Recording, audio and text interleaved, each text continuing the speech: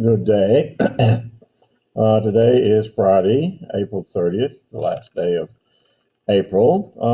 Yes, and we are pushing through the Protestant Reformation. Notice, first of all, I have this. This is Westminster Abbey, largest church in England. It's the big church where all the big stuff happens, royal weddings. You'll find the most famous people in British history buried here. For example, Dr. David Livingstone was buried here, but Henry Morton Stanley was refused a burial place here because he was an imperialist butcher of the African peoples. But yeah, and so today we're going to talk about the Protestant Reformation in England. Yes. So, and we've seen the film, this little YouTube about Henry VIII's 6 wives, and he had 6. But let's push on, shall we? As it says, let us depart from your textbooks teaching and then discuss the Protestant Reformation in England, which had almost nothing to do with religion, except it was a split in the Roman Catholic Church and formed the Anglican Church. Now, Henry VIII was also a contemporary of Martin Luther and hated him, and in fact even wrote a pamphlet condemning the teachings of Martin Luther. And because of that, the Pope at the time, Pope Leo X, sent Henry VIII a gold medal and referred to him as the defender of the Catholic faith. So as you see, when Henry became King of England, all things were well and good between the British throne and the papacy. However, it goes sour fast. Henry VIII of England asked for and received a special dispensation. I like that word, dispensation. What's a dispensation? A dispensation, it's a Catholic term. It means the permission to do something that ordinarily you wouldn't be allowed to do. And what it was this.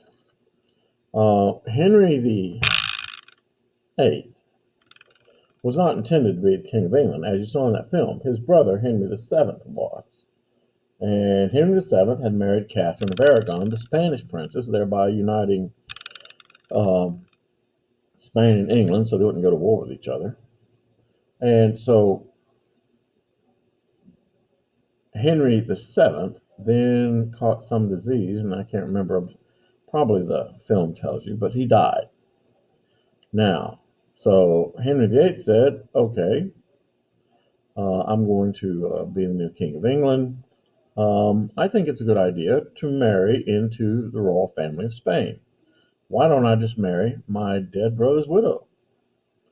And yes, feel free to say, ooh, but you know. And so he said, I want to marry my dead brother's widow. And so he asked the papacy, he actually got Thomas More to send a letter, a petition, saying, hey, can we have a dispensation to marry? And the church hemmed and hawed and didn't like it. But they said, all right. So they got married for a while. Everything's fine, except that Catherine, it seemed, could not provide Henry with the male heir he so desperately wanted to be the next King of England. And so Henry went back to the church and asked for an annulment to their marriage on the grounds that, you know what? I mean, it's funny. He says, oh, you know what? You guys were right in the first place. We should have never gotten married because our marriage was incestuous. I mean, you do understand that. In fact, in the Bible, in the Old Testament, it specifically forbids a man from marrying his deceased brother's widow and refers to it as incest. But Henry VIII got to do that. They're married, consummated, and then Henry VIII came back and said, you guys were right the first time. And so the church basically said that they overlooked what they gave in the first dispensation, And now you want to say that you were right about being wrong? And the church answer was a flat and resounding no. So Henry decided that if the church would not do what he needed, he would just form a new church, of which he'd be the head. Henry's lifelong friend, Thomas More, whose name is on your test, and yes, is the name of a local university. Yes, it is. Thomas More is the patron saint of all politicians and lawyers. Did you know that? Yeah. Patron saint of all politicians and lawyers in the Catholic faith. And I'm sure you're saying, I didn't know politicians and lawyers had a patron saint. Do you know what they call? Do you know what they call 1,000 lawyers chained together at the bottom of the sea? Waiting for an answer here. Huh? Do you? A good start. But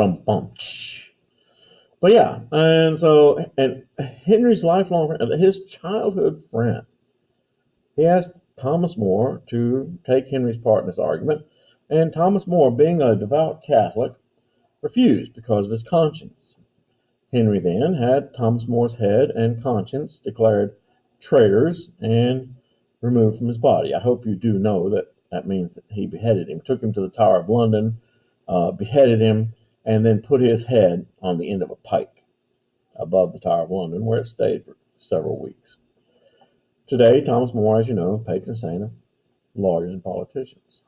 The Parliament then passed the Act of Supremacy in 1534 and declared Henry VIII as the head of the new Church of England, or the Anglican Church. Now, today, that church is called the Episcopalian Church, and there's several Episcopalian churches around here. Why does it have a different name? Well, once again, it goes back to history. You see, most of the English people who came to this country in the colonial period were Anglicans. Most of them were. Not as many as were, not as high as percentages were in England, but yeah, a lot of them were, particularly in Virginia. The problem was, though, when the American Revolution came around, it really wasn't too cool on their part to walk around saying, hey, I belong to the Church of England, when the United States declared its independence from England. So they changed the name to the more acceptable, palatable Episcopalian. So when Henry made his new church, he made almost no dogmatic changes. No dogmatic changes. You say, what does that mean? Dogma, I think I might have went over it before. Dogma refers to religious teachings. So when Henry, made this new church, he didn't change anything about it. It was still the Catholic Church, only a Catholic Church where I get to have as many wives as I want. Henry VIII had 6 wives. Catherine of Aragon, who never provided him a son, but did give birth to a daughter whose name was Mary. Now, here's the thing. Once you divorce Henry VIII, it's not like you go out and hit the bars, start looking, or go online and look for a new husband. No, Henry banished her, and for the time being, her daughter Mary, to the most fun place that you can imagine on earth, a convent. Now, does anybody know what a convent is? A convent's where nuns live. Imagine you're a child growing up in a convent. It could be nothing. They take vows of silence. There's not a lot of game playing there. And so, yeah, Mary was quite upset with the way her mother was being treated. Forgive me.